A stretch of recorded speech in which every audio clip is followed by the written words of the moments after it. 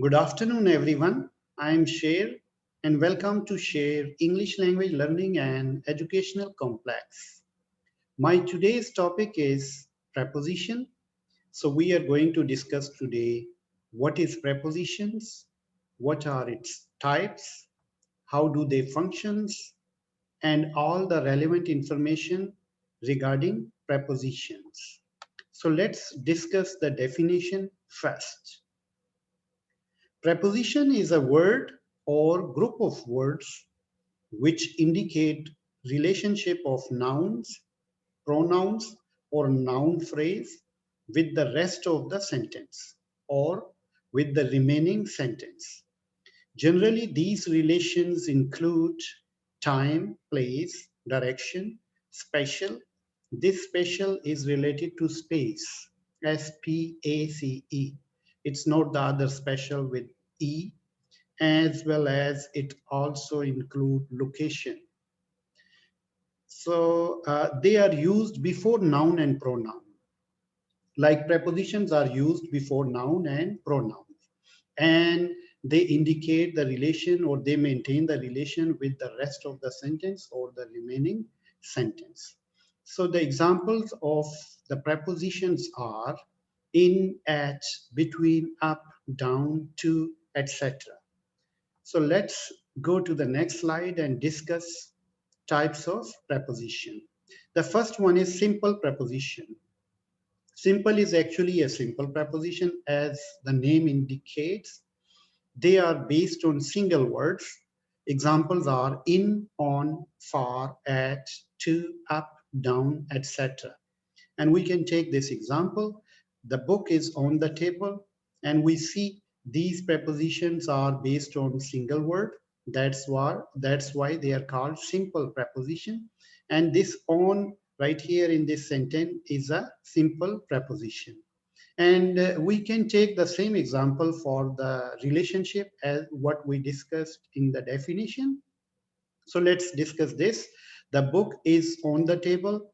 So this on shows that where the book is lying, right? And if we remove this on from this sentence, so the meaning will be totally changed. As here in this example, the book is the table. It means like book is table, which is totally wrong. So we require this preposition on. It like completes the meaning, or it shows this relationship between the table and the book. The table is like object here, and the book is a subject, right? So let's discuss the next type, that is preposition of time. As the name indicates, it shows time relationship. The examples are they arrived at 6 p.m. or they will come in a week or in a day, in a month or by noon. So, but these prepositions are tricky. We need to understand for what purpose they are used. For example, this preposition at, which is used here for time, at 6 p.m., it can be used for location or place, such as at home, at university, etc. Similarly, in a day, in a week is used, this in is used for time. It also can be used, it can also be used for like place. For example, uh, in a mall, right? In a room or anywhere, like you can use this like in for the place, right? And then there's another preposition that is by, and this by it can be used for like source. For example, I came here by bus, but right here we see this by is used with noon, which is a time. So we should keep these type of small things in our mind while studying prepositions. So there is another type, that is preposition of place. As the name indicate, it is used for like determining the locations. So right here in this example, they are at school, in the library, or beside Walmart. So like this in, this at, and besides are used for the locations. That's why they are called preposition of place. And next we have preposition of direction. They answer the question where. In other words, where something is, or it involves special relation. Special mean related to space, right? For example, the boy is behind the table, or the painting is on the wall, right? And table is between the chairs. So it shows like these special relations. So let's go to the next slide and discuss double prepositions. They are made of two simple prepositions and used together, usually for movement. So we should keep this thing in our mind. They are made of simple prepositions. Both preposition must be simple ones. So we can take this example and then we understand it fully. They are going into the library. So we see here, right, here into, in is a simple preposition, to is a simple preposition as well. So they both are like combined here, and it becomes double preposition, right? So they are going into the library. Similarly, we have some other example, on to. On is simple preposition, to is also a simple preposition. Similarly, up, on, and out of or inside, these are double prepositions. And the next one we have is compound preposition.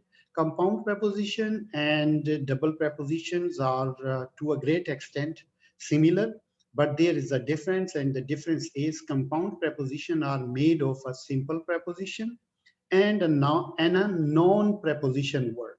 But on the other hand, we discussed before, the double prepositions are made of two simple prepositions. But here it is made of one simple preposition and a non-preposition word. And these words can be noun, adjectives, adverbs, right? The last word of a compound preposition is usually a simple preposition. So as a compound preposition is made of two prepositions, so the last one is usually a simple preposition. So let's look at the example here. He is going on a vacation along with his family, right? This along with, we see this with is a simple preposition. And there are other examples as well, according to, instead of, away from, despite of, because of, in spite of. So we have one thing in common here, like to, according to is the simple preposition, instead of is a simple preposition. Similarly, away from is a simple preposition, despite of, because of, also of, and in spite of as well. These are all simple prepositions. So usually we find simple preposition in the end of compound preposition, right?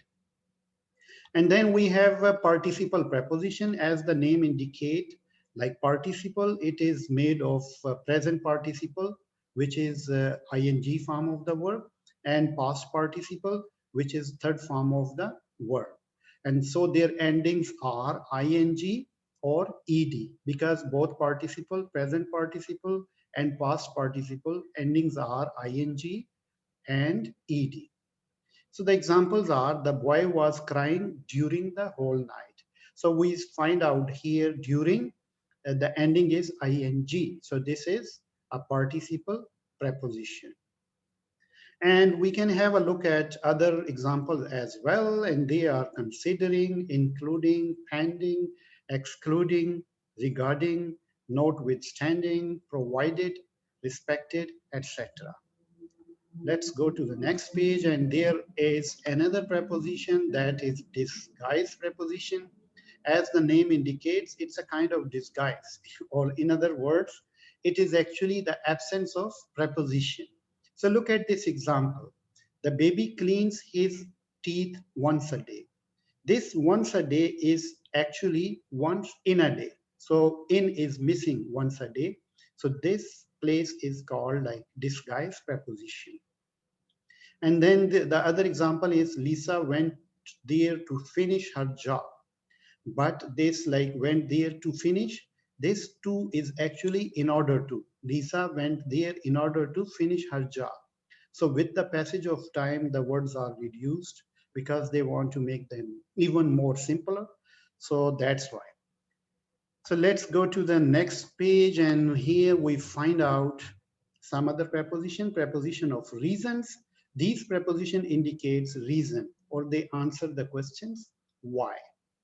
Example is due to fever or because of fever, he is absent from the class. So this due to and because of is a preposition of reason, or they are preposition of reasons. And the other example could be so far as, right? As he's intelligent, so he gets good grades. And he went there for getting, he went to the academy for getting good grades. So this also shows a kind of reason. And then we have some other like prepositions that's important to know, and they are like for, to, in order to is used for showing purpose. So they are called purpose prepositions. For example, this example we have right here, he went to academy to or in order to get good grades. So we can also use for, but then the verb get will get ing form. For example, he went to academy for getting good grades.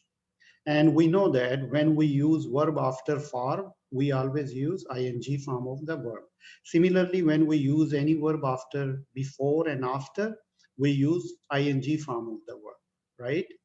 And when we use like subject after and before, and then we don't use ing form of the verb. For example, uh, before I met, but when we don't use subject I, before meeting, right? Anyways, that's a different topic we are not going to discuss right now, right here. So there is another preposition, from, can be used to show origin, right? So it is called origin preposition. They are from Hamilton, Ontario, right? And there are some prepositions which are used with phrasal verbs and they need to be remembered. Examples are it will blow up your mind. So there are a lot interested in think about, right? So those prepositions or there's those phrasal verbs that need to be remembered by heart, because they are sometimes in English language you need to remember some stuff, but that's not a lot. But or you learn it by the practice. So that's it for the today's lesson. And we studied today preposition, its definition, its types, and how do they functions. And there are some smaller like preposition as well. So that's it for now. And uh, I hope that you like this lesson. So you can subscribe my channel. And in the end, if you have any questions or any confusion, so don't forget to ask me in the comment box. I will try my best to answer your questions. So have a wonderful evening. Take care. Bye.